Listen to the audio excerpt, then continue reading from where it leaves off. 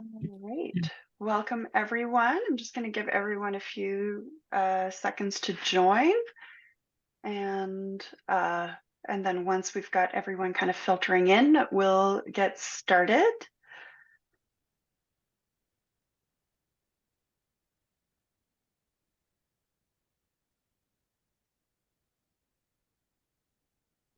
All right. So, hello, everyone. Happy National Hospice Palliative Care Week.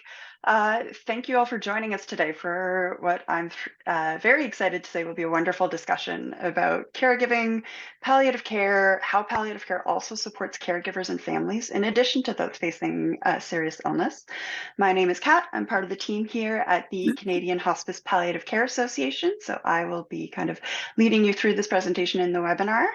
I want to start off by acknowledging that I'm joining you today from the traditional, unceded, and unsurrendered lands of the Algonquin and Anishinaabe peoples who have been the caretakers and stewards since time immemorial of this land that we now know today as Ottawa.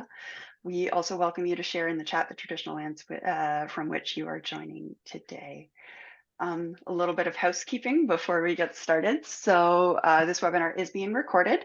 For those who are registered for the webinar, we will be sharing a copy of the slides as well as a link to the video recording with you in the days following the webinar. All right, so today's session, here's a quick overview of what we'll be covering. We'll start with a quick overview of the foundations of palliative care to make sure we all are on the same page about what it is that we're talking about today. Our esteemed panelists will then introduce themselves and tell you a little bit about themselves, where they their organizations, if they're working in the sector, and their lived experience stories, followed by a really thoughtful panel discussion, and closing off with some time for questions from you guys. So please feel free to send your questions throughout the webinar in the chat, the Q&A box, or if you're joining us from the live stream in the comments.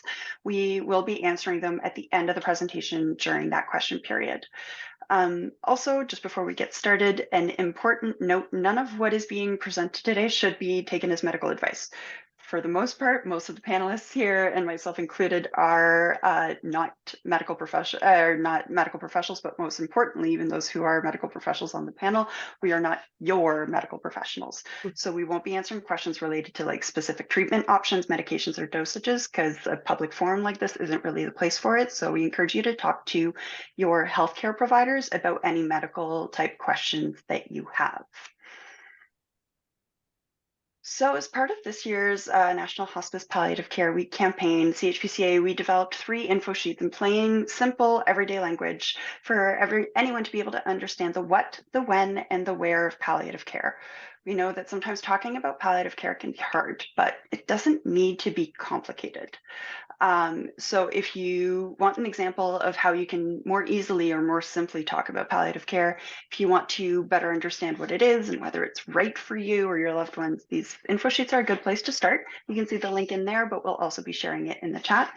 We invite you to check them out, learn more, print them off to refer to them later, or share them with someone you think might need it.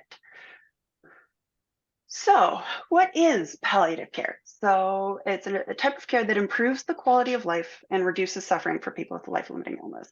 What does that mean? Well, life-limiting illnesses are serious illnesses that could shorten someone's life and cause death. They usually have a very big impact on their health and their quality of life. Some examples can include cancer, Alzheimer's, dementia, organ failure like congestive heart failure, liver disease, advanced liver disease. Palliative care really, it can support anyone with any illness because it's not really about the cause of the suffering or about the illness itself. It's about finding ways to reduce the suffering in and of itself. And quality of life is an important piece as well because it's all about, what brings joy, what brings meaning, what makes life worthwhile for you, and what it means for me or what it means for you or even your spouse or someone you care about will be different because we're all different people. We value and we experience things differently. Which brings us to and that's why it's a very personalized approach.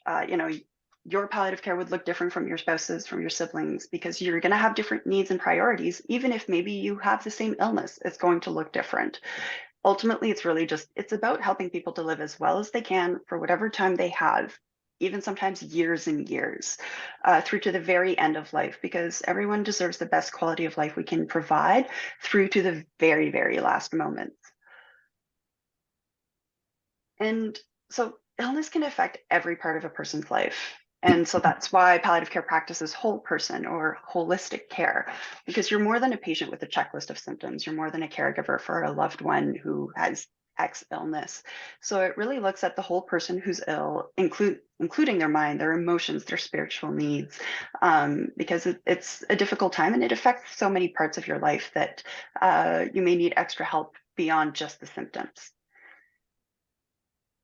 And who is it for? Well, yes, it's for the people with serious or life-limiting illnesses, but it's also for caregivers and loved ones. Serious illnesses have a big impact on someone's life, so they often need help from those around them. And that's actually why we're having this discussion today, because it's for more than just the patient.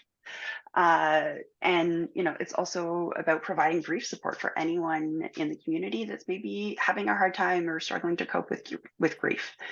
And sometimes when you're a caregiver for someone who has a serious illness or is nearing end of life, it can be, a lot of responsibility to handle. And sometimes it can feel like you've lost that personal relationship that you had before, maybe with your spouse or with your parent that you're taking care of. And so palliative care is about making sure that you have the opportunity to also have those experiences, because those moments are really important and they matter. So who's involved? Well, there's a whole team of people, and there's so many different ways that people can get involved depending on what people need. So some important definitions we want to make sure to go over. What is a caregiver? Well, it's someone who provides care to a person with increased health needs. Sometimes it's because of a disability or mental health issues or a life-limiting illness, because of their relationship with that person. I mentioned, a spouse or someone taking care of their aging parents, for example, or someone taking care of a sibling, or sometimes it's even beyond the nuclear family. It's helping out with a neighbor or a dear friend. A care provider is a support person who's providing care as like a paid professional or as part of like assigned duties because of a role they take. So, there's a whole list of people there, including physicians and nurses, but also social workers, mental health professionals, and also volunteers can play a really important part in the delivery of palliative care as well.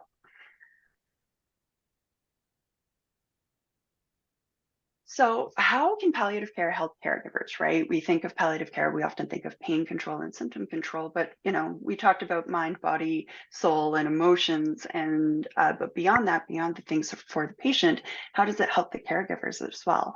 So, these are some examples. Respite care, for example, is temporary care for the person who's sick, so that caregivers can have some time off to run errands or to just have some downtime, see friends and family. There's also sometimes caregiver support groups to allow caregivers to kind of share with one another and support one another through this journey with people who understand because they're in it themselves as well. Help with some care coordination. Healthcare systems can be a bit complicated. So, helping people navigate and who to talk to and, okay, how is this all going to piece together?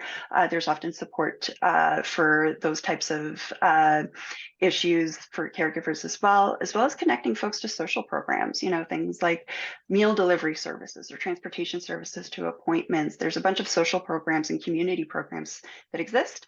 And so hospice palliative care programs will also often connect people to those because they usually are quite well aware of what is happening in the community and what's available. Grief support as well, whether that's coping with anticipatory grief or as I like to call it pre-grieving. We know we're kind of grieving, we know it's coming. And so sometimes that can be a little hard to deal with emotionally, or also helping folks with their grief after a death, and also with helping with advanced care planning or planning ahead for how the illness may progress or how someone's care needs might change. So the nagging question of when, right? Sometimes people think about palliative care and they think about the last weeks or the last months of life, but really there's no strict timeline or really a single indicator for everyone, for every illness of when palliative care would be would be appropriate. And in fact, based on people's needs, sometimes it can start as early as diagnosis. Um, Palliative care can coexist with other treatments, so you can still hope for treatment for a cure and still receive palliative care. And usually the earlier it starts, the better the outcome, because sometimes suffering can have a bit of a snowball effect. The longer it goes on, the bigger and harder to deal with it can be, the more complicated it can be. So when palliative care is included early in someone's trajectory, it's much easier to kind of solve those snowballs before they become these big snowballs that become very complicated. Ultimately, it's based on needs. So it's especially helpful in the last weeks or months of someone's life. They don't need to be terminal though, or have a specific timeline or a prognosis of some kind to benefit from palliative care. Some programs might have those kinds of requirements in place depending on who those programs are meant to serve, but you don't necessarily need a specialized program or a specialized team to get the right supports in place to really get that palliative care support at any point in the illness journey. So sometimes when we talk about palliative care with caregivers or with patients, they'll say, oh, we're not there yet, because they often really think it's about the last weeks or months of life, or, oh no, we haven't given up yet. When really palliative care isn't about giving up hope. Instead, or rather in addition, it's about hoping for quality of life. It's hoping for those precious moments that really matter. It's about hoping for comfort. And that can coexist with still hoping for a cure, or it can kind of take the place of hoping for a cure if that's no longer on the table. So if you as a patient or as a caregiver for your person, you say yes to 3 out of these 6 questions or more, then we think it might be time to have a conversation about palliative care with your healthcare provider to see maybe it might be a good time for you. That includes if you need help managing your symptoms, if you're struggling with side effects of treatment, is your illness making it hard for you to enjoy important parts of your life? Do you want your care to really focus on your comfort? Are you not sure what to expect if it gets worse or if things change? Or do you need some emotional or spiritual support to deal with how your illness has changed your life? And so if you're saying yes to multiple of these questions, then it might be time to start having these conversations with your loved ones, with your healthcare providers, and maybe palliative care might be a good option to look at for some extra support in those areas. So once again, these are the info sheets, the what, the when, and the where of palliative care. You can find them on our website at the URL that's listed on the screen. You can also find there a list of online resources that we compiled about palliative care and caregiving, with online courses, videos, reference material for caregivers who are accompanying someone during that palliative care journey or at the end of life. So we encourage you to check those out, to take a look at the National Hospice Palliative Care Week campaign as well, and to share with anyone who might need it. So here we go. And I believe I saw a question come in and I just want to make sure. Oh, okay, perfect. So now at this point, I will hand things over to our panel for introductions and getting started with the discussion. So I will now stop sharing my screen so we can see our wonderful panelists.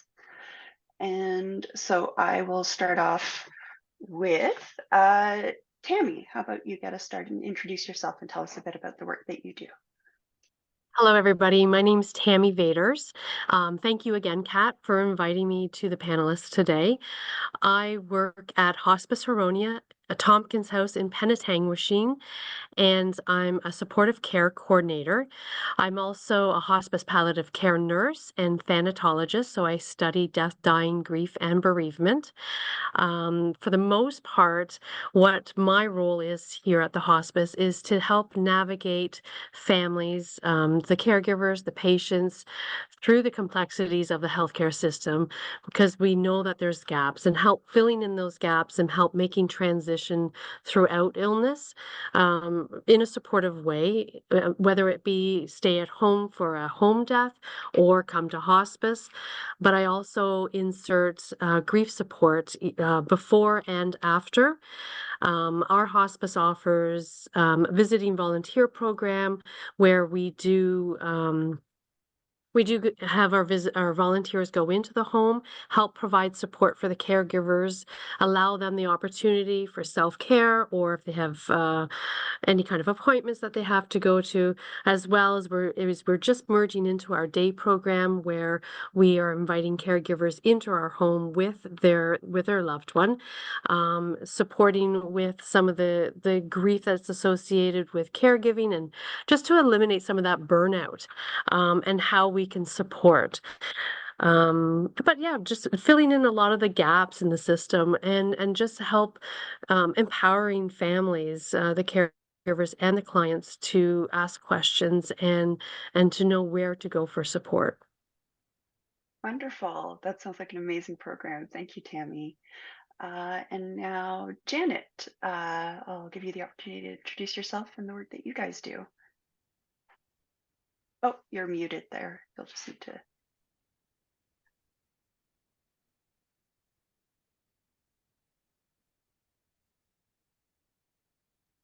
Okay. There you go. Okay. Wonderful. Oh, good. Okay. So hi, everybody. My name is Janet Bowes. I'm a coordinator at Hospice Care Ottawa.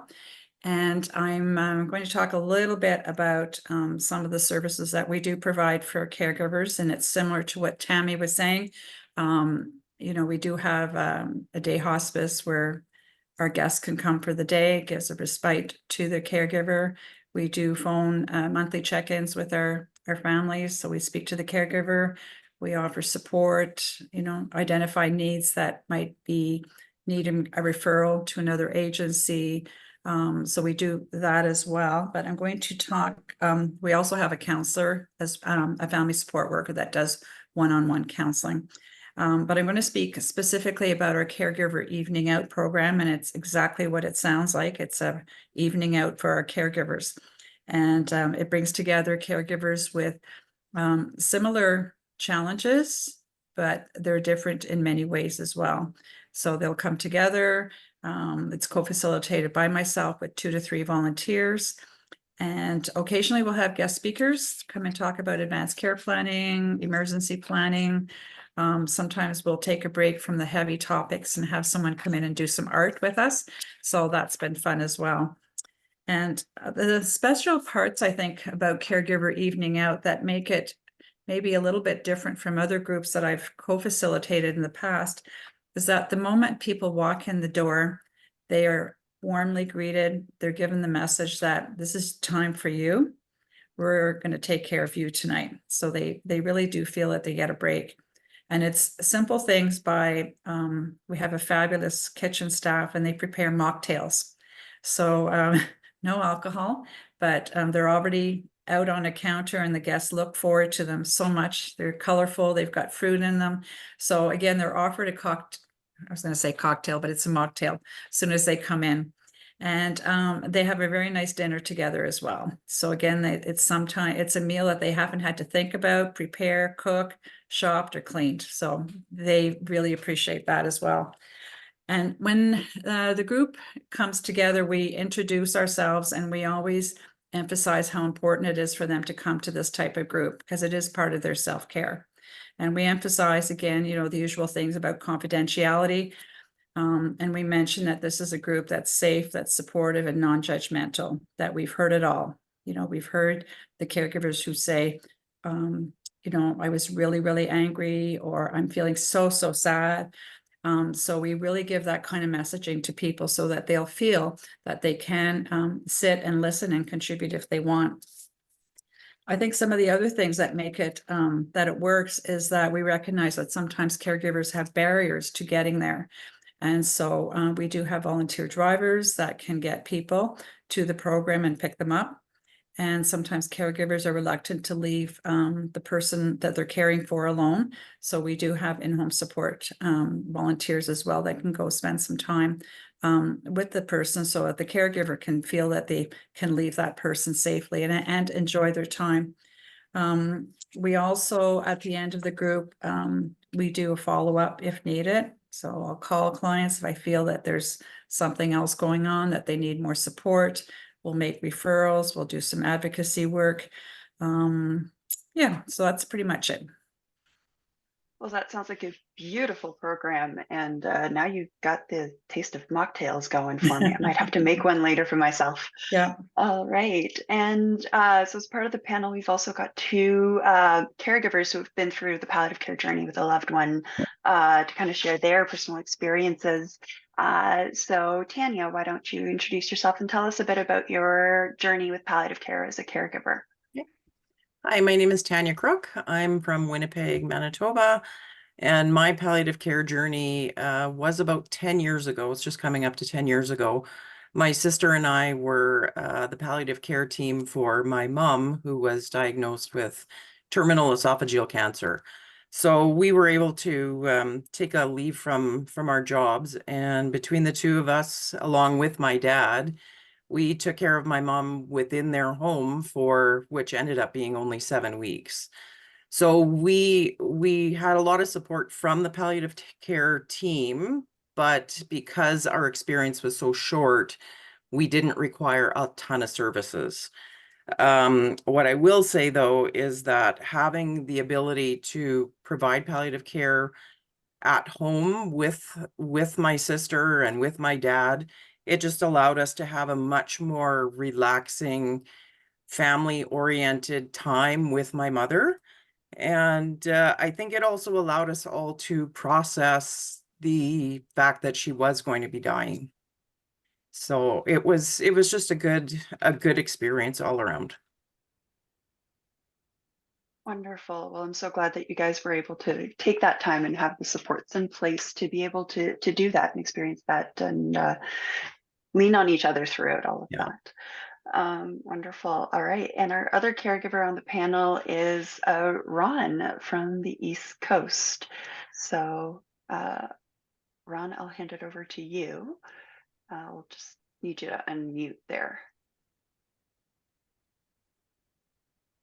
Wonderful. Ron? Hi, I'm Ron Osowski. I'm here in Cape Breton.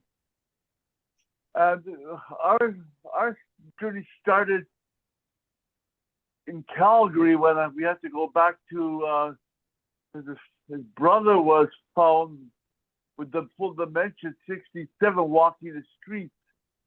So then my parents got sick in Calgary. The palliative group in Calgary, fantastic. And then I don't know if you know the medication called prednisone, but they bombarded him with prednisone. He came out of it.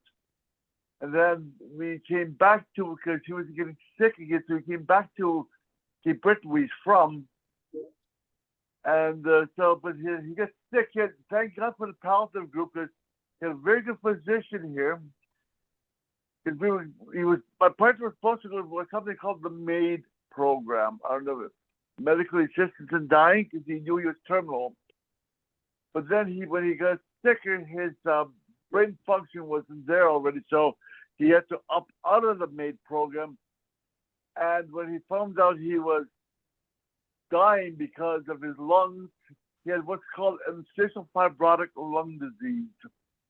And then he got a bowel perforation because he knew he would never survive surgery. So palliative people took effect, and Nova Scotia has got a great palliative program here. And he went from the palliative from the hospital to the hospice here in number 2 on the native land.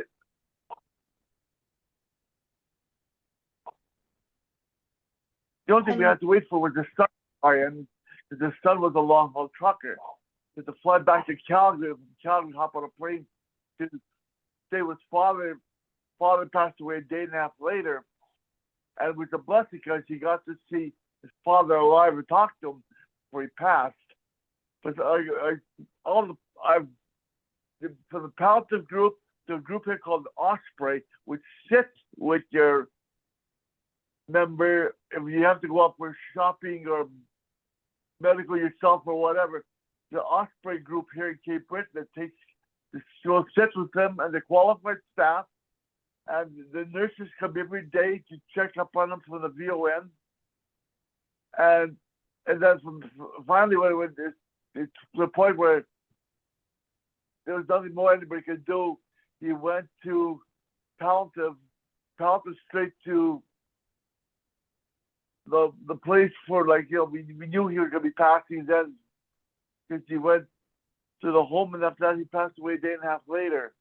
But I thank God for the palace. That's all I can say. Thank you very much. It's all yours. All right, thank you, Ron. And just, I think we broke up a tiny bit there, but that was about Ron's partner going through. It was Ron's partner going through palliative care, and I believe, if I'm not mistaken, Ron, you guys were getting palliative support from that team for about 2 months before he died, and then spent the last day and a half in hospice. Okay, perfect. Right. All right.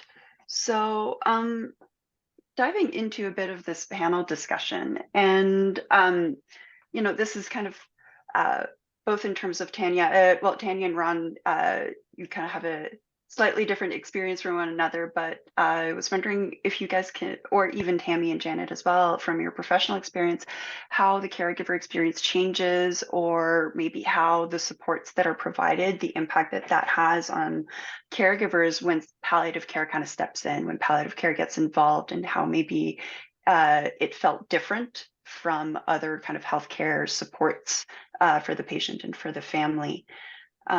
So Tanya, I know that your experience was very direct, you know, straight into quote unquote palliative care, but you know, how did it feel for you getting that palliative care support? Did it feel like it was different from other kinds of healthcare support? I mean, up until palliative, we didn't even really know what we were dealing with. So my mom was going for all sorts of different tests, and it wasn't until they did the scope that we really found out the extent of how sick she was. So when they did the scope, they realized that her esophagus was essentially almost closed. So when we saw the oncologist, like within the day or so, she pretty much told us that treatment wasn't an option. This would be a terminal diagnosis, but she offered palliative care to our family. And so initially, we didn't really know what that meant, because you're kind of just sideswiped by the news initially. But once we sat down and we met with the nurse, and they came and they visited with my mom, and it kind of, because we decided to do it from home, it just kind of felt like normal life continuing on, but having that backbone to get a hold of somebody in case we had questions, or in my mom's case, because she was getting so weak, she couldn't get up to go to the washroom anymore. So we called the nurse and asked if we could have arrangements made to have like a portable toilet sent to our place. Another time, as she got sicker, she couldn't even get out of bed to do that. So then they were able to get a nurse to come and put in her catheter. She really didn't have a lot of issues with pain management almost until the last couple days. And again, that was another time where the palliative care nurse was able to come give us some different meds for her. So our experience with needing that resource was actually very limited, in the sense that my mom was quite comfortable in her care at home, and because the timeline was so short, we probably didn't take advantage of as much stuff as we could have had the experience gone on for a lot longer of a time. But it was just knowing that you had a number to call if you had questions, if you got overwhelmed. There was always somebody on the other end that could either reassure you or direct you to the next place that you should go, or even just like the logistical things like the chair and that kind of stuff. So it was just knowing that you had that support there, that you didn't have to search for it. Somebody was on the other end of the phone for you. Wonderful. Yeah. And Ron, was there something that sticks out in your mind that changed when the palliative care team got involved with your partner's care that really made a difference for you? Of course, because a lot of weight comes off your shoulders because they have more knowledge and experience than you do. Because you're green as grass when you go into this. It's like you're scared to make a mistake, or they'll tell you how to do this, how to do that.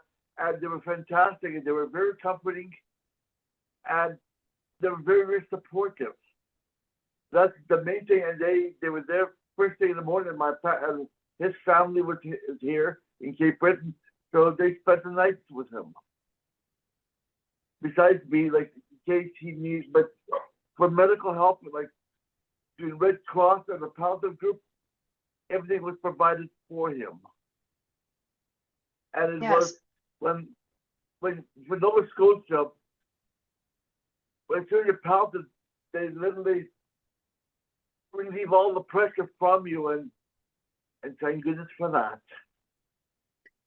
That's wonderful. It sounds like it really gave both you, Ron, and Tanya a lot of peace of mind, just knowing that there was something there to fall back on if needed. And I'm wondering, Tammy and Janet, does that kind of mirror the experience that you guys have from the provider side of supporting those caregivers? Does that kind of track with your experiences as workers in that space? I would say so, yes. We kind of, in our community, have also experienced, it sounds like Tanya and Ron have had a very positive experience with palliating their loved one at home and then possibly going to hospice in Ron's case. There are some families that struggle very deeply with the caregiver piece, because that role in itself can be very daunting and it can be very heavy for families, especially when we're talking about older generations and not being able to understand the complexities of what that caregiving all the time really means. And when we're getting into situations where disease progression has started and we're coming closer to end of life, we can't always predict how everybody's going to die and what their way of dying is going to be, and what will delirium play a role, and pain management. So some families do struggle a lot with those pieces in particular, because navigating those at home when you're not a healthcare professional or been educated in palliative care, it can be very daunting. I know symptom relief kits are in the home for the most part. Home and community care does do a great job at supplying what is needed. But again, I think Ron had mentioned there is a point in time where you don't want to make a mistake and you don't want to cause any more pain or suffering. And what if I give too much of a medication? And so there's a lot of what ifs. And that's where reaching out to hospice, we have found so many families coming to us kind of in a crisis mode that they can no longer care for their loved one because they feel like they're out of their scope. And a lot of the times, being the wife or the daughter and kind of going back into that role, not that you're going to give up the caregiving role, but allowing someone to support you medically in a hospice environment or at home with support is it needs to be kind of a tandem position between healthcare and families. I think we put too much responsibility on families to fill in the gap of the system at home. Tammy, Absolutely. I'm just gonna comment that I can see exactly what you're saying with my sister and I. My sister is a nurse and she actually did palliative care on gynecology many, many years ago at the beginning of her career.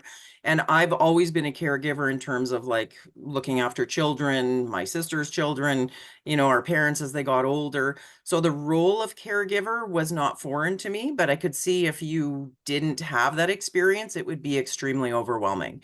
Having my sister there with the medical background was a big lifesaver, especially as it got closer to like within the days and the hours of her passing, because she knew what to look for. She knew the signs. She was able to take care of more of that medical side of it. But I also do remember her saying, doing this as a caregiver to someone you love and know as a nurse is very different than doing it with a patient. So in that sense, I consider ourselves lucky that we had that background in the situation that we were in. You were so fortunate because it doesn't happen in a lot of these situations.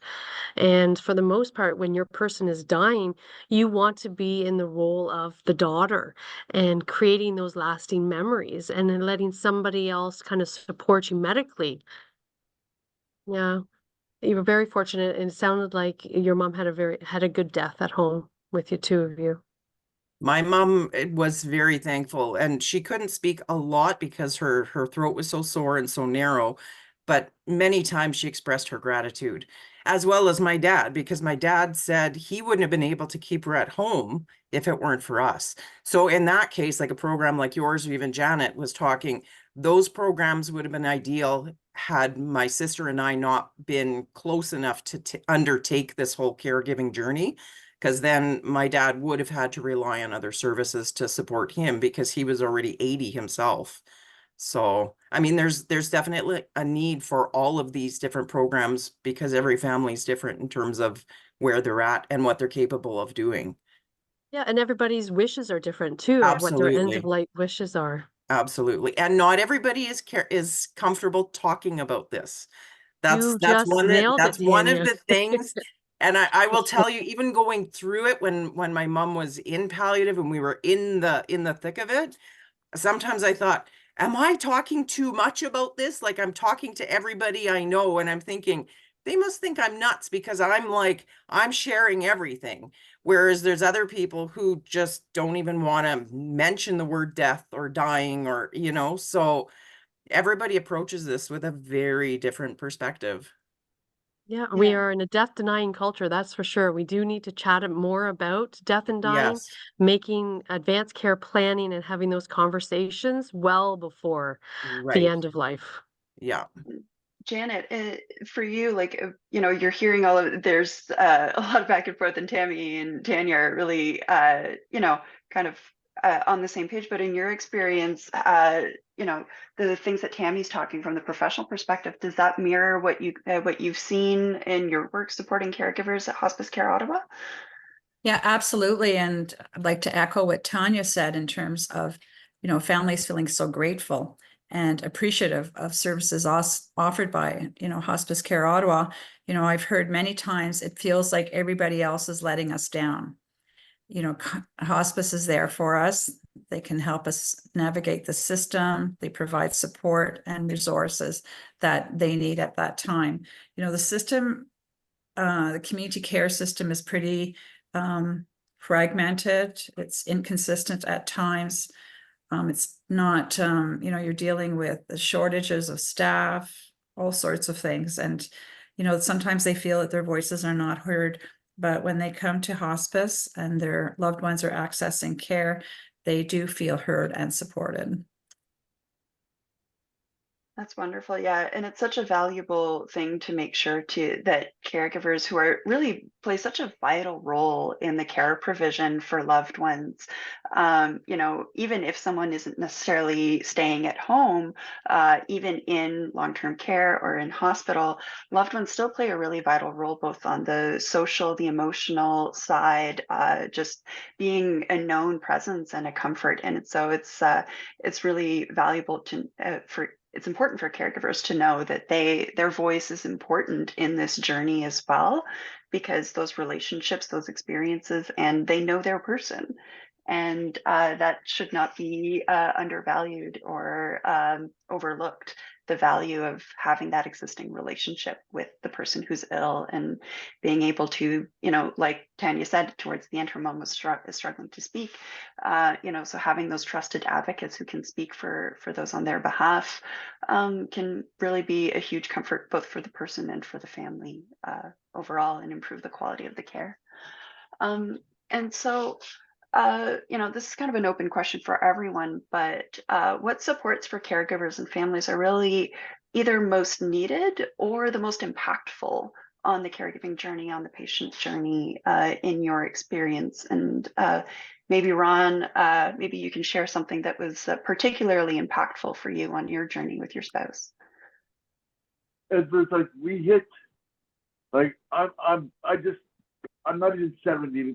We were just retiring, and it's like feeling good because we could travel, we could see the kids. The kids were scattered all over Canada, and suddenly he got very sick again, and that was to the point where it was terminal, and like we had to wait for his kids to fly back here because I wanted him to see his father one more time before he passed. And I'm lucky I did, but in fact, there's a son who was a truck driver and made it just a day and a half before his father passed. The other one, he came here, his son's father moved back to the West Coast.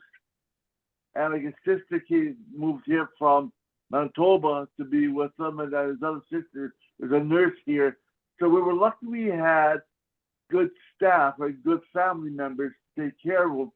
But it came to the point that after where no matter what you did, you can't take care of them anymore, and you have to come to the realization that you have to hand it over to a professional's hands because you can't do it anymore. You can't take care of them professionally anymore.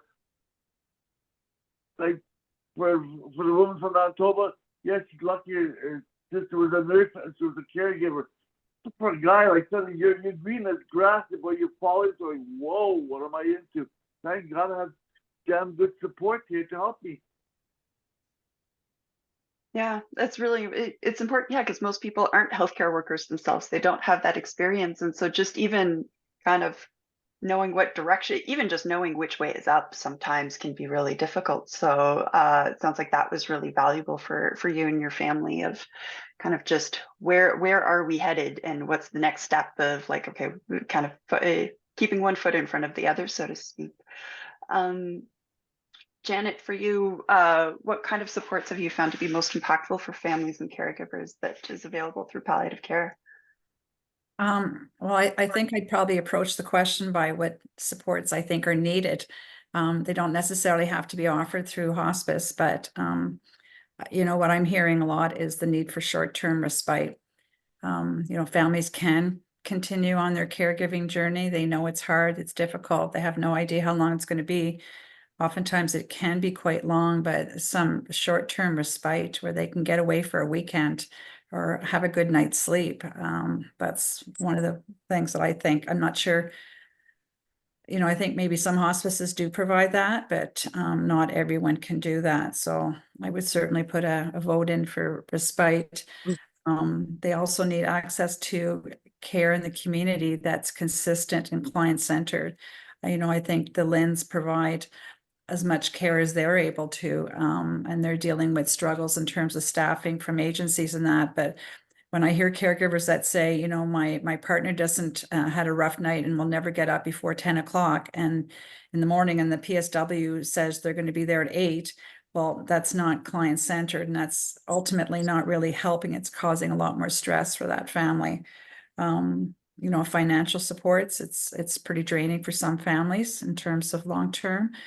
So financial supports as well. And, what I'm hearing from healthcare, from caregivers as well, is that they really need healthcare providers to see them as an important link in terms of working with, providing care. That sometimes decisions are made for the person who's receiving care, but there's no consideration made with the impact that might have on the caregiver. And so again, just to open the door to having some of those conversations so that, again, that they feel heard. Yeah, such important pieces of the puzzle there for sure. Tanya, what was something that was maybe what was most impactful in your experience, or maybe identifying some things that you think are much more needed from the caregiver lens? From our experience, I didn't find that we were lacking any kind of support. But again, like I said, if it would have been from my dad's perspective, it would have been a very different journey. I think the most impactful part of it was that it just allowed us to be a family. So, yeah, we always knew that if things got too hard, we had options. I think that's probably the most impactful thing. Yeah, and it's so important to be able to be that family and not just Yeah. not just kind of take on the role of nurse or No, I doctor. mean, we And still, like, I remember watching playoff hockey on the bed with my mom in April, and, we'd have meals together, even though she couldn't eat. Our two families would come together and we'd cook every night. The kids went to school. We all came back to my parents' house in the evening. Like it was just family time. that's beautiful. I'm so glad you guys had that. And yeah, it that impact and that value is not to be overlooked, because we're all human beings, and Yeah. the experience of illness and dying is ultimately a human and a social experience as well with those around us. And it does become overwhelming too. I think it was Janet was saying, or was it Tammy, that you don't know how long this process is going to be. Like you don't know if you're looking at like days or weeks or months. So it's almost like as palliative goes on, your anxiety level gets higher too, because you don't know when it's going to end or even how it's going to end. So I mean, just knowing that you have that care team there to help you make those decisions if it becomes unbearable or out of your control, I think that's probably one of the biggest parts too. Yeah, absolutely. That peace of mind, because there's so many unknowns. Yeah, So at least knowing you've absolutely. got, someone on the bench ready to tap in, Right.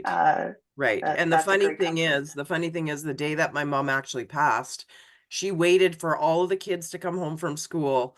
Once everybody was in her bedroom, that's when she passed. And we had put the call in to the palliative care nurse, and the palliative care nurse showed up about 10 minutes after my mom passed. Like that's how fast it was. But my mom was alert with us right almost until she was gone. She just said, she just kept saying, I love you, I love you, I love you, until we couldn't make it out anymore. So it was like the best experience we could have had. Oh, that's beautiful. Beautiful. Um, Tammy, on your end, like what are the supports that you think are, Janet touched on the needed supports and so on, and but also if what supports are most needed, or the ones that are available that are the most impactful in your experience?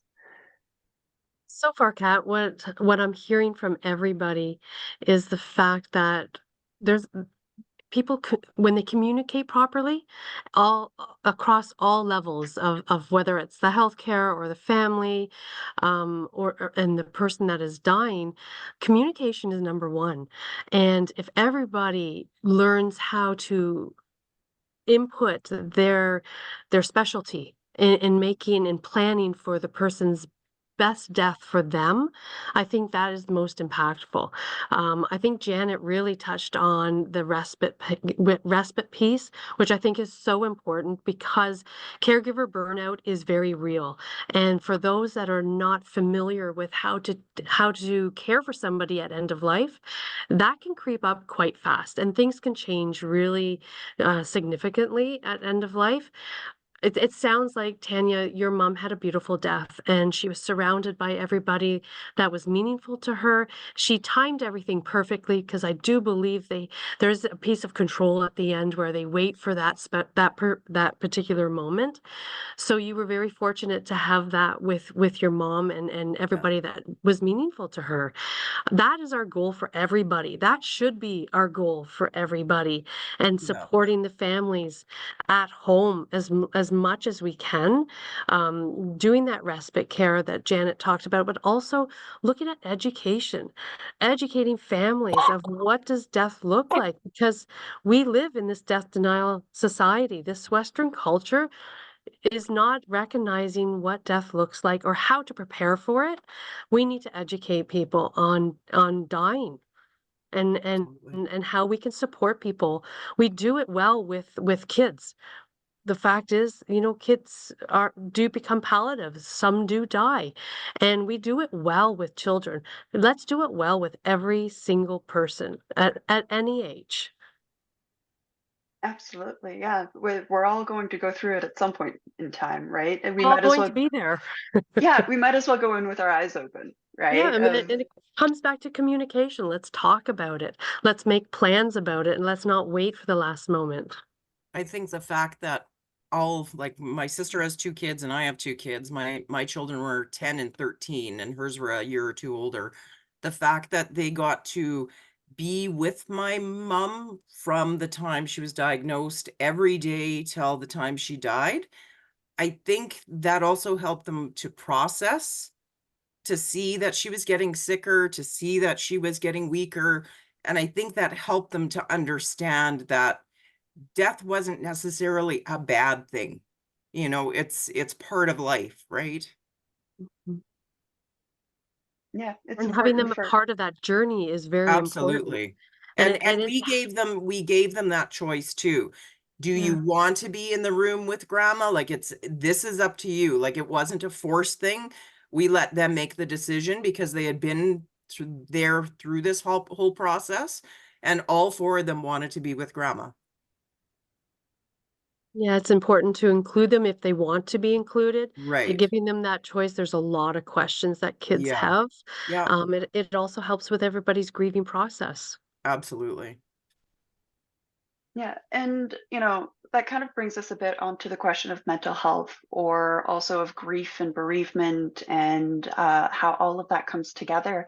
And so, and you guys, both Janet and Tammy, kind of touch on some caregiver experiences that are particularly difficult to navigate and emotionally charged. So, what are the ways that maybe palliative care can support the mental health or support on the grief journey for caregivers during those especially difficult situations? And what are maybe some additional supports that you think people should know about when they do feel like they need that extra support for their mental health as caregivers? I think it's important that everybody knows that it's okay to ask for help. And it's okay to have conversations that sometimes you feel is not what you should be saying, but allowing yourself the opportunity to talk about it and have somebody listen.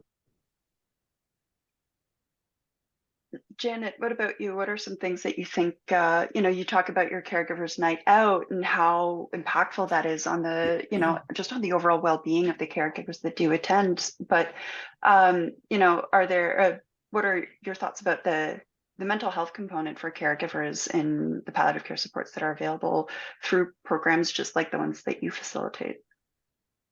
Well, I think the evening out really does help support people in terms of their mentally, in terms of how to support them mentally in terms of their caregiving journey. And,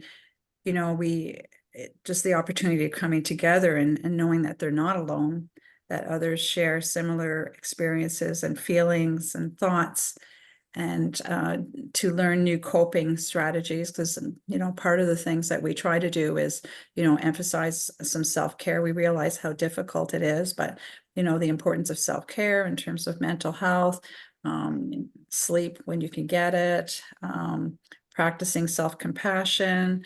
So we've done actually a session on what is self-compassion and how do you practice it.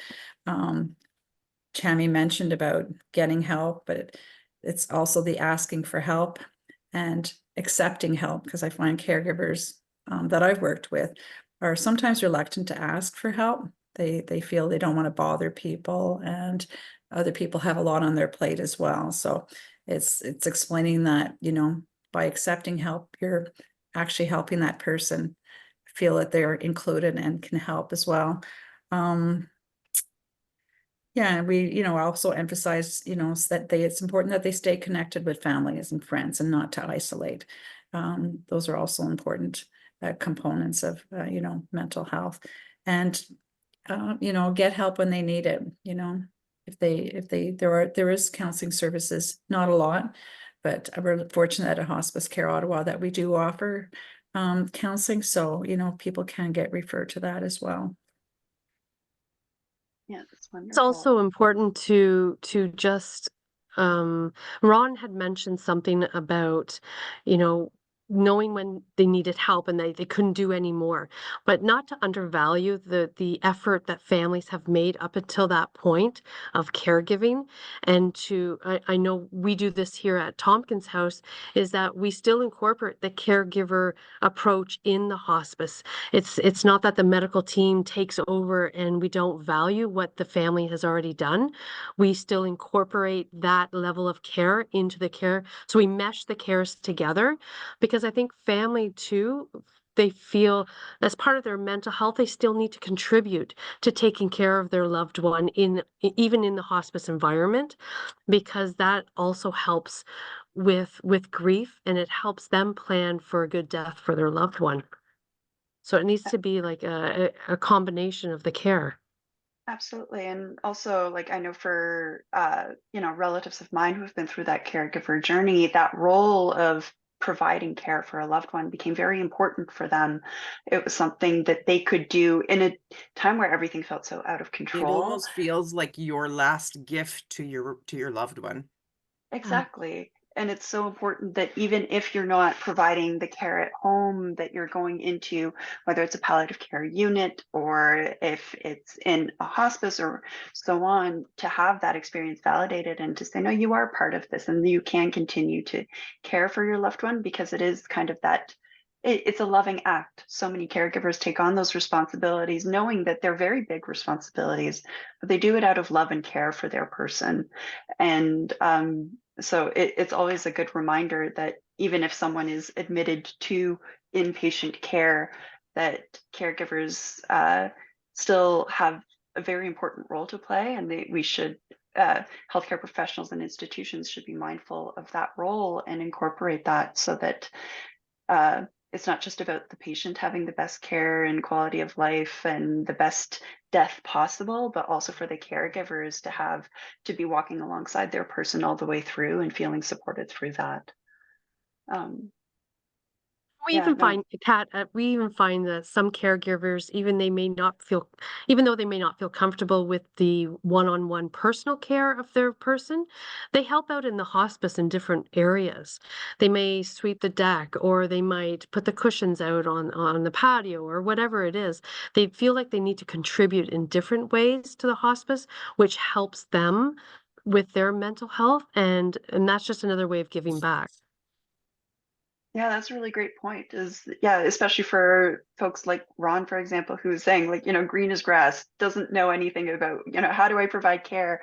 But there are still ways for people to contribute and to kind of feel like they're playing an active role. Sometimes it can even just be, yeah, like the emotional component, or cooking food. I've seen some beautiful stories of folks from a different country, different culture, who are cooking a big traditional meal for the entire hospice to kind of have a beautiful meal that they would share at home with everyone else. And so, in terms of how are ways, and this is probably more a question for you, Janet and Tammy, but what are some of the ways that that hospices or palliative care programs are ensuring that, Janet, you talked about the self-care and the self-compassion and finding that time, but what are the types of resources and programs that are available, or that caregivers can maybe look into, that would help them access those kinds of supports, so that they can make sure to take care of themselves and practice that self-care. Obviously, Janet, your program of Caregiver Night Out is a wonderful example of that, with those additional supports of providing transportation and so on. But are there other types of resources or programs that you can maybe speak of to make that help folks in community ensure that caregivers have those resources? So my background is a public health nurse, and we work in communities. So that's I always look to see what's available in the community. So in Ottawa, we're fortunate to have, I think other communities have this, like it's 211, where you can call, go online, type in your request and say, I'm looking for this. And so that will pop up. I refer people to their local community health or resource center. Oftentimes there's resources right in your community. Ontario is very, very fortunate to have the Ontario Caregiver Association, which has developed so many resources for caregivers, webinars, training. We have the Champlain Palliative Care Network that also has resources for caregivers. And I've just discovered a new run as well, because what I'm hearing from caregivers is the need right now to start making some changes system-wide, to be able to assist caregivers. So there is an Ontario Caregiver Coalition now that's been formed, which is very grassroots, hoping to move the needle in terms of caregiving supports in Ontario. So that's just some, but I think you can, people know that they can call their coordinator at Hospice Care Ottawa and get information, and it really does depend. Is it food security? Is it housing? Is it in-home support? So it really does depend on the family's needs. And that's such a great point as well. As you know, we talk about the whole person care and and the holistic approach in palliative care, but you know that includes things like the social support component, the daily needs for daily life. Mhm. I know I have relatives who've taken advantage of the VON program for home maintenance to help with cleaning and shoveling walkways in the wintertime. You know, those are things that connecting people to those kinds of resources is kind of part of all of that scope. So that's a great reminder of that. And for you, Tammy, are there other resources or suggestions you would give about connecting caregivers to those kinds of resources? We're very fortunate here at Tompkins House because we do have our social worker Sarah Shell, who does a lot of navigating for families, linking them to certain community supports. We had a family that needed transportation, and we're in our area. We do have some services that have volunteers that do provide.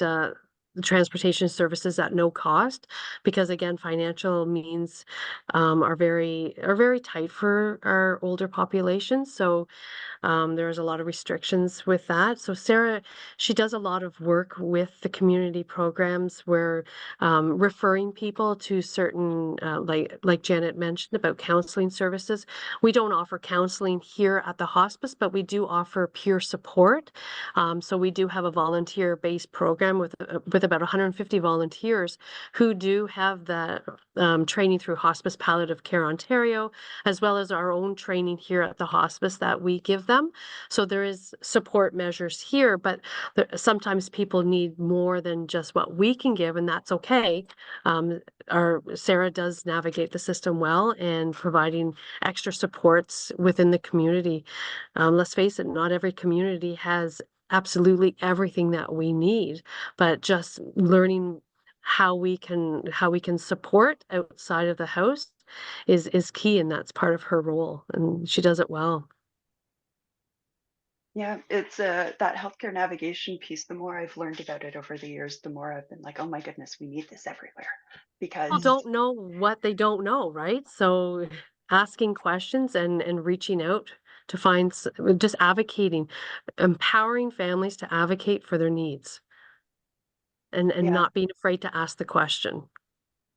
absolutely. Yeah, and you know, that's where I think that the holistic component, the whole person care, that we're looking at the whole picture, you know, not just the person also, but everyone around them as well, lends itself well to palliative care being a great information resource, or at least helping point people in the right direction, even if maybe palliative care isn't just right for them right this minute, but at least acting as that connection point, and helping people access uh, those additional services and supports until if or when they get to the point where they need that palliative support is so important.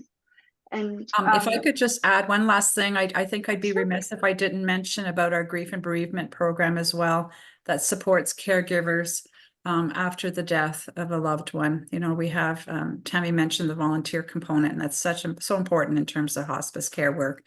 But you know, after the death, they do get some follow-up and some supports as well. So it's coming full circle, right? Absolutely. And one thing that has kind of become my little flag that I will carry everywhere I go is kind of educating people about anticipatory grief or pre-grieving, the fact that that is a completely normal response to someone with a life-limiting illness, especially in a caregiver role. And those grief supports, you know, when you're grieving ahead of time, that can bring up a lot of emotions and guilt and Yeah. so on. And normalizing those and having those resources in place for caregivers to kind of go to and say, I'm feeling this. What do I do with this? Mhm. Right. Is always very important as well. And I think Ron, you mentioned as well that in your experience you had some grief and bereavement follow up from folks, and I'm wondering if you maybe want to share a few words about that experience or what those services looked like for you, and if they had what kind of impact it had on you to have those supports there. Well, the hospice here have great social workers and caseworkers, and they come here and they'll talk to you and to also my partner before he passed. They were almost here daily. I had the palliative doctor always coming here at least once a week. But the hospice also provides psychologists and psychiatrists for us anytime we need it. And it's a blessing. And it's one of the best things, the hospice here in Cape Breton, they provide more than basic requirements. They go all out. And without that support, the caregiver was a little on the lost side. They're like, it's like you're feeling around, like, where do I go now, or where do I need to get my help? And thank goodness for them. That's all I can say. Thank goodness for the support team here in Cape Breton. They're just great. Yeah. And that's so often an experience of the caregivers kind of, are more likely to ignore their own mental health, ignore their own health needs, because they're so focused on their person. As a caregiver, after your loved one passes, it's almost like your world just kind of stops, because you've been going. You've been so on for so long and responsible for looking after somebody, and you don't realize how tired you are, and you don't realize how emotionally taxed you are. So after that point, it's like, I think people need to be made aware of the mixed emotions you feel after. You're relieved that your loved one isn't suffering anymore, but you're numb because you still haven't processed what you've just gone through. So my biggest thing is to just talk, share your feelings with whoever will listen, whether it's your friends, your family, counselor. I spoke to my doctor. I mean, you just got to keep talking about it. Absolutely, yeah. And so often we'll have, I know in my personal experience, just in speaking to folks as part of my role at chpca, a lot of people kind of saying, I felt this and I didn't know what to do with it because it didn't fit in what grief is supposed to be like. But especially when you've been a caregiver, and the longer you've been a caregiver for someone, the more different emotions can kind of come up. And like you said, you might feel a bit numb, you might feel relief, and we need to do a better job of letting people know that that's okay. And along with that relief that your loved one's gone, there's also the guilt of, how could you think that?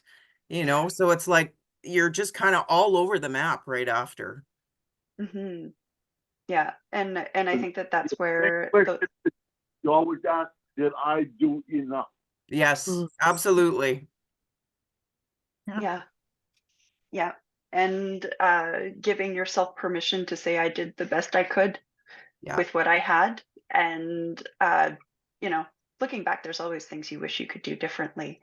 But, it's about also reminding yourself or caregivers in your lives as well of, like, you're doing the best you can in a difficult situation, especially as Tammy was talking about. The healthcare system is kind of struggling right now. There are gaps in there, and you're trying to fill those gaps and continue having your own life, being a parent to children, or being a friend. And it becomes more complicated too, because we were kind of like, my kids were in elementary school, so I was still trying to stay engaged with them and what was going on with their lives, and then you're full-time at your parents' house looking after not only my mom who's dying, but also my dad's needs. So it's just something that you can't even explain.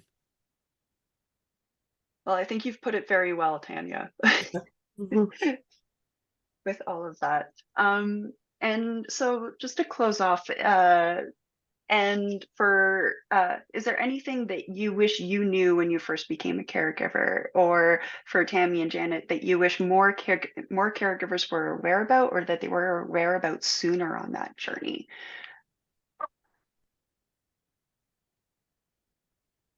I always go back to making a plan. And I know from a lot of experience with families that I've worked with, just knowing what the plan was, talking about death, making those advanced care planning needs more upfront, families tend to dive into the caregiving role, not knowing exactly what they're signing up for, and what supports are around. So just, reaching out to your local hospices, reaching out, asking even through the LIN, through home and community care, what resources are available. I know there's a lack of PSWs and nurses in the system, and so care in our area is sometimes neglected simply because there's not enough support in the community. But just reaching out to local hospices, because they do have a great support system with the team that works there as well as the volunteers, and just asking those questions and making plans. Communication, it always comes back to communication. Absolutely. And Tanya, is there what is it that is there something that you wish you had known sooner, or that you wish other caregivers would know about on their journey? I don't know if there's anything I wish I would have known before, but what I'll tell anybody who's going to go through this is for me, it was an honor to look after my mom. And it was the hardest thing I've ever done, but it was also the most rewarding. And you can get through it. Just be an advocate and speak up and ask for help. Absolutely right, Tanya. You have to advocate for your loved ones. Yeah, absolutely. And don't be afraid to ask the doctors those tough questions. Yep, absolutely. Nothing's off the table when it comes to this. Mm-hmm. And I will say though, too, going forward, like this is 10 years ago now, it definitely gives you a different perspective on life, and it allows you to reach people going forward in a very different way now. Yeah, builds connection and empathy for a different experience. Yeah. Absolutely. Janet, what about you? So I don't have anything to add. I think both said exactly what I was thinking.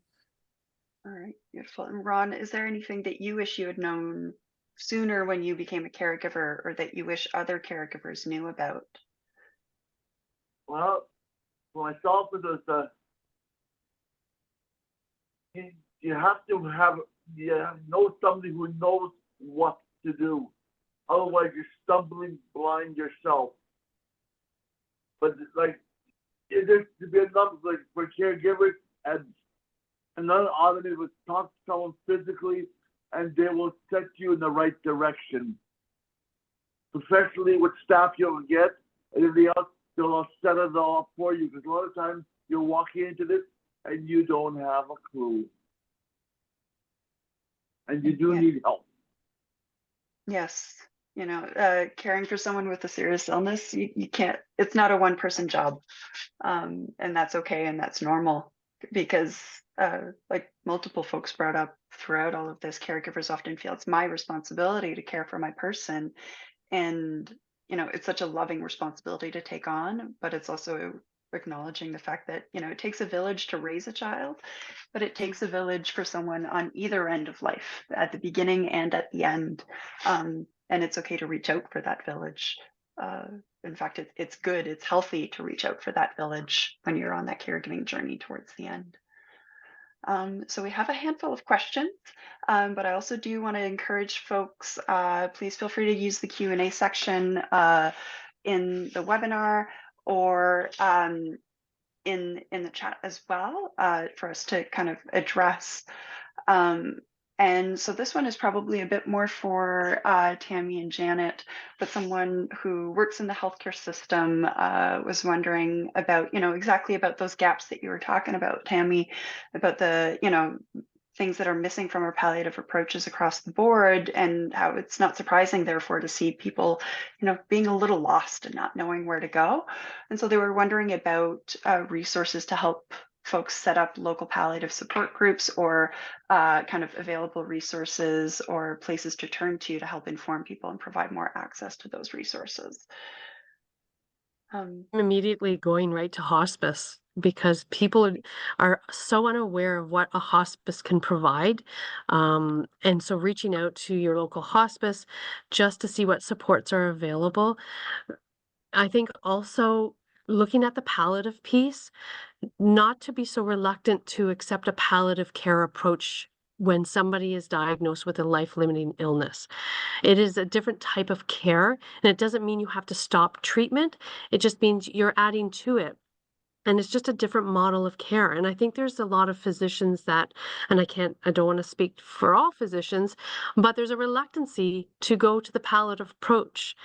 Maybe because we're just not aware of what is available or what communities can offer. But having that type of care when diagnosed with a serious illness should be hand in hand when the diagnosis is set.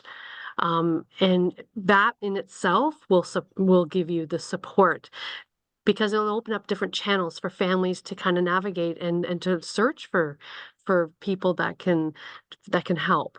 But I go right back to the hospice care and reaching out to your local hospice. And I know Janet is going to advocate as well for the same kind of approach because there's so much that a hospice can provide families. And it's just they don't know what they don't know. Absolutely. Janet, is there Yeah, I agree. But I also think hospice have a role to go out to the community as well and let people know that we exist and the services that are offered. I think Absolutely. it's time to spread that word far and wide. And I also know here in Ottawa, but there are similar initiatives in Montreal and Calgary of compassionate communities. Here in Ottawa, we have Compassionate Ottawa. And those are also outreach groups to help kind of build that social infrastructure, so to speak, of connecting folks to help cope with grief and bereavement, connect folks with information and resources on advanced care planning, and really helping folks connect across the spectrum of life experiences to kind of support folks when they're going through exactly this, some of the hardest things you can go through in life when it comes to having a serious illness and being a caregiver for someone nearing the end of life and coping with grief and bereavement, losing a loved one. So I also want to refer people to compassionate communities. Take a look to see if there's one near you, as well as other kind of palliative care programs outside of hospice, because not every community has a hospice, but there are often palliative care units in hospitals and visiting hospice volunteers and those kinds of grassroots initiatives that also can provide a lot of support. And if maybe they can't quite help you, they might they're usually aware of other services that exist, so they can point you in a good direction. Just to add to that, Kat, there's also hospitals that are doing more at-home programs. So your local hospital will, with their palliative approach, will do more at-home services. So there are teams being kind of managed in that aspect as well. And I think my spouse, who's a librarian, would probably smack me on the back of the hand if I didn't mention public libraries are such a wonderful resource to help connect to different resources, both information, but also like local community groups, and can have a lot of programming as well that can be quite supportive or to connect you to the right place. So public libraries are also a wonderful resource to turn to on a variety of topics beyond just palliative care or caregiving or grief and bereavement. And so one of the questions as well, I was wondering about maybe could the team perhaps discuss safety and knowing when your plans to manage someone at home is no longer possible?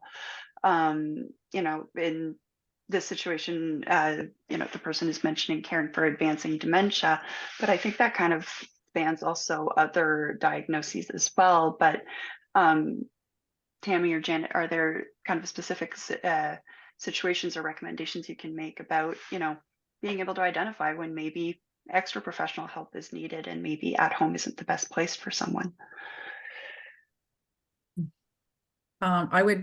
That's probably beyond my area of expertise because I don't work in people's homes in terms of end of life. So, I would make sure that they're well connected with the palliative care team. That's no doubt providing services in the home and, establishing strong links with that team.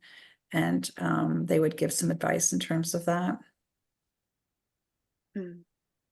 And Just I from think my experience, Kat, I would say looking at the quality of life and looking at comfort measures for the person that is dying, when you start seeing changes, or if you start seeing the fact that the person is struggling and they're not comfortable anymore, those are good opportunities to think, okay, so maybe I need something else. I need some help here, because no matter what I do, my loved one is not comfortable, and things are changing, and I can no longer help. hmm And it's also about knowing recognizing our own capacity as individuals, especially if we're not healthcare professionals, is at a certain point as well. It's about recognizing, like, okay, this is beyond what I can reasonably do. I've heard some, really awful stories of caregivers kind of staying up 23 hours a day because they had to manage, they had to be aware at all times. And that's not sustainable at the end. And it's okay as well for caregivers to make decisions about this, knowing what their own limits are and what's healthy for them. It's not healthy to only sleep an hour a day, right? And that's not sustainable long term. And so it's, simultaneously about the person, and, the person who's has the illness, and are they comfortable? Are you able to keep them safe? But then also recognizing, like, okay, if I had to do this for a month, 2 months, 3 months, however long, is that reasonable? If my friend came to, sometimes it's about, we're harder on ourselves than we would be on anyone that we know. And so sometimes it's about kind of taking that step back as well, of, if my friend came to me and said that this is what they were doing to take care of their loved one, would I react in shock and horror, right? Of like, oh my goodness, how could you do that? That is insane, right? Or, oh no, that is so much to expect of yourself. You can't possibly expect that. And so I would say probably also a bit of that as well is, don't be afraid to include your needs for your well-being as a caregiver as well in there, because at the end of the day, if caregivers burn themselves out trying to provide everything for their person, then that's no better in the long run, because then you're kind of, Mhm. cutting yourself off at the knees, and you can't sustain it either. And ultimately, if you don't know who to call, you know your doctor's phone number, you need to give them a call for support. And then they Mhm. can kind of navigate you to the next. Yeah. And I know that it's not in every province, unfortunately, but I know that the Ontario Caregiver Association has a toll-free hotline for caregivers to call if caregivers need advice, if they need help, if they don't know where to turn. There's a similar number in Quebec as well. So there are different community hotlines that people can call to get a bit of guidance there as well. And then, here we go. And just to kind of echo the love for hospices, someone kind of echoing their admiration for specifically Pilgrim's Hospice Center. So I just wanted to profile Mm. them a tiny bit, and the amazing work that they do, and the work that's done in hospices. Um, and um, and then also one last question about financial funding, government public donations, about any need from that. I just want to open the floor up as well. I have my thoughts and so on, but I don't want to bias the panel either. But There's a lot what of about personal thoughts on that, Kat. But I think that, as with most things healthcare right now, there's a need for additional resourcing, whether financial or human or otherwise. And I think it also comes down to the education piece, the awareness piece, for folks, of making sure that not only do individuals and caregivers and, healthcare workers know about these resources and these programs, because so often healthcare workers don't know about them, and they can't refer people to these types of programs that would help.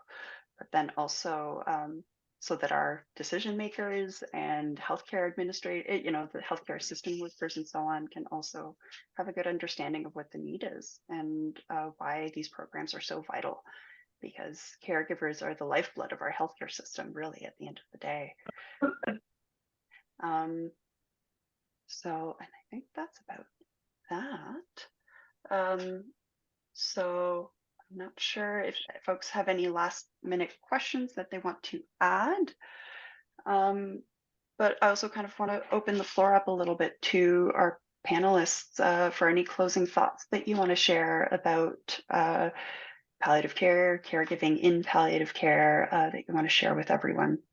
Maybe Ron, why don't you start us off with some maybe some closing thoughts you want to share? For palliative, we are short on professionals and caregivers. Yes, I fully agree with you. And I do believe most of the caregivers who volunteer actually should be paid because they go beyond what's required of them. And they are our backbone, and God love them. Thank you. That's wonderful. All right. Janet, any closing thoughts? Not really. I think, I really appreciate that, the increased emphasis that I'm seeing by a variety of agencies such as yourself in terms of, highlighting the needs of caregivers, the ongoing needs, the looking ahead, what can we do to make things better? And I personally am hoping that we can concentrate some resources on creating a healthy public policy that will support caregivers in a variety of different ways. Absolutely, yes. Could right there with you, Janet. Mm. All right, Tanya. I think a lot of it comes down to education. We put so much focus on learning how to live. I think we need to teach people how to die, like what it's going to be about, and it's part of life, and just make it a mainstream conversation. But also I just want to thank you, like Janet and Tammy, for doing the stuff that you do, because palliative allows families like ours to have an experience with their loved one that is the greatest gift. So just keep doing what you're doing. Mm. Thank you. Well, Tammy. I think just to echo Tanya and Janet, I think we do need to incorporate death into our living, and make it a conversation that people are less afraid to talk about, and more so planned for. And again, with our caregivers, we don't want them to become disenfranchised. We want caregivers to have a voice.